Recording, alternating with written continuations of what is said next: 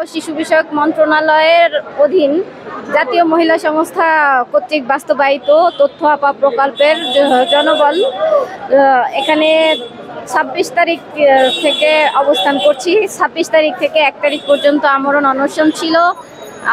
১ তারিখে আমরা যমুনার দিকে রওনা হই। সেখানে প্রেস ক্লাবের থেকেই শুরু হয় পুলিশের বাধা, এবং তা সত্ত্বেও আমরা যমুনার সামনে মানে কাকরাইল মোড়ে পৌঁছেই সেখানে গিয়ে পুলিশের লাঠিচার্জ হয়।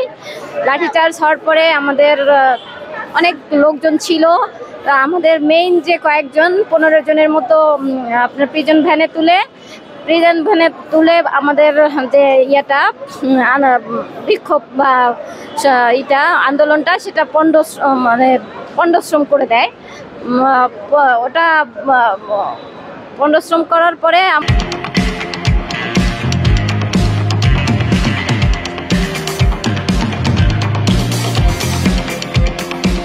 আমাদেরকে ওখান থেকে জনবল চলে গেলে আমাদেরকে এই গণপূর্ত ভবনের সামনে এনে ফেলে রাখে।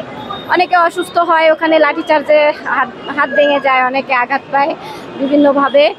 তারপরে আমরা এখানে ওই ১ তারিখ থেকে এখানে লাগাতার অবস্থান কর্মসূচি পালন করছি। এর মধ্যে কি কোনো আশ্বাস দেওয়া হয়নি? ১৯ তারিখে এর মধ্যে অনেক দল এবং সংগঠন আমাদের সাথে সংহতি প্রকাশ করতে আসে। আপনার শ্রম সংস্কার কমিশনের চেয়ারম্যান এবং ওনাদের সংগঠনের আরও অনেকে আসেন, গণসংহতি দলের আসে, নাগরিক কমিটির আসে, অনেক দল আসে আমাদের সাথে সংহতি প্রকাশ করতে। এবং নারী কমিশন আসেনি এখনো, নারী মুক্তি একটা সংগঠন আছে, ওনারা আমাদের সাথে সেই ঈদের দিন থেকে আছে। যে আপনারা জানেন আমরা এখানে ঈদ পালন করেছি। তারপরে ঈদের সময় কেউ আসেনি। নারী মুক্তি সংগঠনের যে প্রধান উনি আসছিলেন, উনি এসে আমাদের বিষয়ে জানলেন। তারপরে ওনার কয়েকজন সহযোগী এসে আমাদের বিষয়ে লেখালেখি করেন, আলোচনা করেন। এরপরে আমাদের সাথে ওনারা আর কি সব জায়গায় যোগাযোগ করে আমাদেরকে পরিচয় করিয়ে দেন, এবং তার ভিত্তিতে সব দল এসে আমাদের মন্ত্রণালয়ের উপদেষ্টাকে প্রেশার ক্রিয়েট করে আমাদের সাথে আলোচনায় বসতে বলেন। বিএনপির উপদেষ্টা বিএনপি চেয়ারপারসনের উপদেষ্টা হাবিবুর রহমান উনি আসেন আমাদের এখানে। এসে উনি বলার পরে আলটিমেটাম দেন। আলটিমেটামের লাস্ট টাইম মন্ত্রণালয় থেকে আমাদেরকে 10 জনের একটা টিম ডাকেন, এবং টিম ডেকে হেড অফিসে নিয়ে ওদের যিনি কথা বলেন বা যিনি কথা বলতে চান তার এক পর্যায়ে গলা চেপে ধরে বাদবাকি যারা কিছু অতটা ঘাটে না বিষয়গুলা তাদের কাছে প্রশ্ন করেন, এবং তারা যখন যৌক্তিক প্রশ্নগুলো করতে থাকেন তখন আর তার প্রশ্নগুলো নেওয়া হয় না বা উত্তরগুলো দেওয়া হয় না। এরকম পজিশনে লাস্টে ওনাদের সিদ্ধান্ত যে ওনারা 1 বছর বৃদ্ধি করার চেষ্টা করবেন, সেরকম লিখিত কিছু দেননি। ওনারা 1 বছর বৃদ্ধি করার চেষ্টা করছেন, এবং এই 1 বছরে আমাদের প্রজেক্ট ক্লোজ করবেন, এবং ক্লোজ করার পরে ওনারা 3য় ফেজ আউটসোর্সিংয়ে নিয়ে আসবেন, এটা সিদ্ধান্ত আমাদেরকে জানিয়ে দেন। এরপরে আমরা এই রাস্তা ব্লক করি প্রেস ক্লাবের সামনে। এখানে কিছুক্ষণ ব্লক করার পরে আমাদের উপরে গাড়ি অলরেডি চাপিয়ে দেওয়ার চেষ্টা করা হয়। নিজের জীবনের ভয়ে অনেকে সরে যায়, ওটা ছত্রভঙ্গ হয়ে যায়। পরে আবার আমরা এখানে এসে অবস্থান কর্মসূচি পালন করি। অবস্থান কর্মসূচির পরে আপনার এখনো আবার ট্রিপল করে সব দল আসতেছে এবং সংহতি প্রকাশ করছেন, ওনাদের সাথে আলোচনা করতে বলতেছেন, কিন্তু ওনারা কোনোভাবেই কর্ণপাত করছেন না। এরপরে ২৬ তারিখে একটা কর্মশালা দেওয়া হয়, এবং আমাদের একটা নোটিশ দেওয়া হয় যে মেয়াদ বৃদ্ধির ব্যাপারে এটা আলোচনা হবে। আমাদের যে ৩য় সংশোধনী করবে এটার ব্যাপারে আলোচনা করবে। তারপরে দেখি যে একটা কর্মশালা তৈরি করেছেন ওনারা, আমাদের কিছু লোকজন এনেছেন। এর মধ্যে আপনার ১৯ তারিখে ওই উপদেষ্টার সিদ্ধান্ত চাপিয়ে দেওয়ার পরে আমাদেরকে আলটিমেটাম দেন যে আগামী ২২ তারিখের মধ্যে যদি আমরা অফিসে যোগদান না করি তাহলে আমাদেরকে বিরুদ্ধে আইনি ব্যবস্থা নেওয়া হবে। এরপরে আমরা যাইনি, অফিস করিনি, যারা করিনি এবং যারা করেছি বা যারা আসতে পারেননি অসুস্থ, আপনারা জানেন যে আমরা এখানে যে কর্মকর্তা কর্মচারী আছি সবাই 25 থেকে 35 বছরের মধ্যে, সবারই কারো বাচ্চা হয়েছে, কারো বাচ্চা হবে বা কারো বিয়ে হয়েছে, সবারই কোনো না কোনো সমস্যা আছে। আর নতুন অনেকের বিয়ে হয় যারা শ্বশুর বাড়ির হুকুম ছাড়া চলতে পারে না, তারা কথাও বলতে পারে না, বিভিন্ন বাধা বিঘ্নতায় অনেকে যারা আসতে পারেননি তাদেরও শোকজ দিয়েছেন।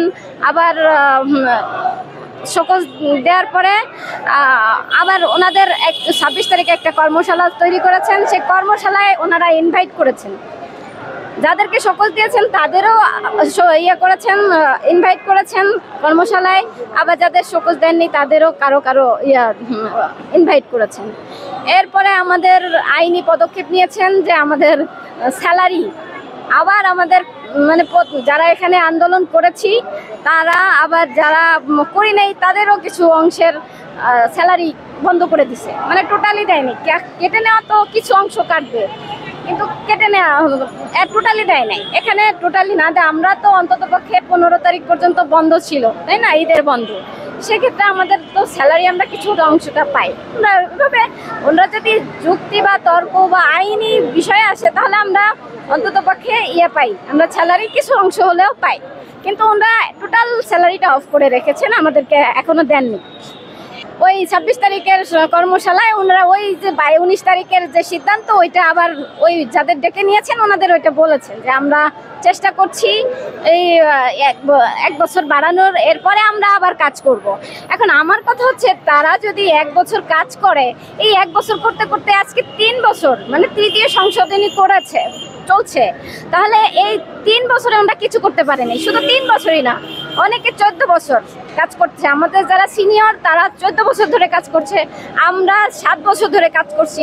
এটা শুরু থেকেই আমাদের ডিপিতে লেখা আছে যে আমাদের চাকরি রাজস্বকরণ করা হবে ম্যাচ শেষে, কেননা আমাদের ম্যাচ শেষে সবারই 35+ হয়ে যাবে, চাকরির বয়স অ্যাপ্লাই করার বয়স থাকবে না, সেই ক্ষেত্রে আমাদের এবং আমরা অভিজ্ঞ যার জন্য আমাদের চাকরি স্থায়ীকরণ করা হবে। তো সেই ক্ষেত্রে ওনারা সেই দীর্ঘ 14 বছর থেকে 7 বছর থেকে 14 বছর পর্যন্ত কোনো কাজ করেননি। আমাদের বেতন কেটে রেখেছেন প্রত্যেকের কর্মকর্তার কাছ থেকে 2400 টাকা, সহকারীদের কাছ থেকে কেটেছেন 1395 টাকা। এই আমরা যখন প্রশ্ন করেছি তখন তারা বলেছেন যে এটা তোমাদের ভালোর জন্য, ভবিষ্যতে রাজস্ব করতে তোমাদের এটা প্রয়োজন। একটা সরকারি যে চাকরির বিষয় ওইটার সাথে ম্যাচ করে গ্রেড অনুযায়ী আমরা আমাদের করেছে যাতে আমাদের সমস্যা না হয়। তাহলে সেই যে বেতনগুলো কেটে নিয়েছে সেটা আমাদের এখন প্রশ্ন করলে ওনারা জবাব দেয়, গলা চেপে ধরে, কথা বলা যাবে না। এটা আসলে আমরা প্রত্যাশা করি না। আমরা যেহেতু নারী এবং মন্ত্রণালয়টা হচ্ছে নারীদের সচেতনতা বা নারীদের অধিকার রক্ষার জন্য, আমরা নারী ক্ষমতায়নের জন্য কাজ করি। এখন আমাদেরকেই যদি গলা চেপে ধরে তাহলে আমাদের নারীদের ব্যাপারে কথা বলবেই বা কে, আর সেবাই বা কে দিবে। আর সবচেয়ে বড় কথা হচ্ছে যে আমাদের নারী বাংলাদেশের নারী পুরুষ সমান, হয়তো 2-1% কম বেশি আছে।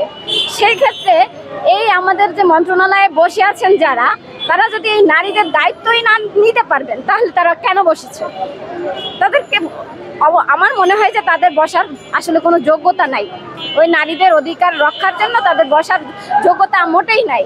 তাদের যদি যোগ্যতা থাকতো তাহলে মৌখিকভাবে যে আমাদের এখানে রাস্তায় মা ও শিশুরা বসে আছে রাস্তায়, তাদের ন্যায্য অধিকার আদায় করার জন্য তাদের সাথে কথা না বলে, আলোচনায় না এসে, তাদের কথা বলতে সুযোগ না দিয়ে তাদের গলা চেপে ধরে তারা নারী ও শিশুর প্রতি সহিংসতা বন্ধের কর্মশালা তৈরি করে সেখানে, এবং সেখানে সেই কর্মশালায় জাস্ট লোক দেখানো একটা কর্মশালা আমার মনে হয়। আর লোক দেখানো যদি নাই হবে তাহলে আমাদের এখানে আসতেন, বসতেন। আমরা দীর্ঘ 34 দিন এখানে বসে আছি, তাই না? এই 34 দিন বসে থাকার কথা না। আমার মনে হয় না যে এই বাংলাদেশ শুরু থেকে এই পর্যন্ত 34 দিন কোনো নারী দল এখানে বসেছিল। আজকের গতকাল প্রেস ব্রিফিং করা হয়েছে যে আজকে মহাসমাবেশ হবে।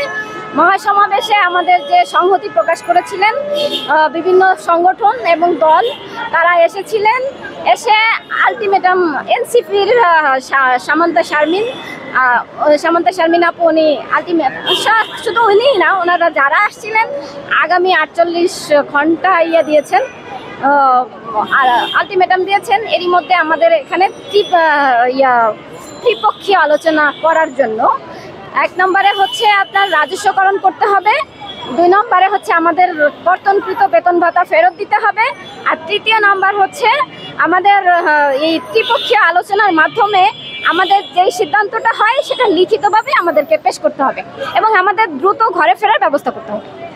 এই 48 ঘন্টার মধ্যে যদি আমাদের দাবি দেওয়া না মেনে নেওয়া হয় তাহলে অবশ্যই আমাদের পরবর্তী কর্মসূচি ঘোষণা করা হবে।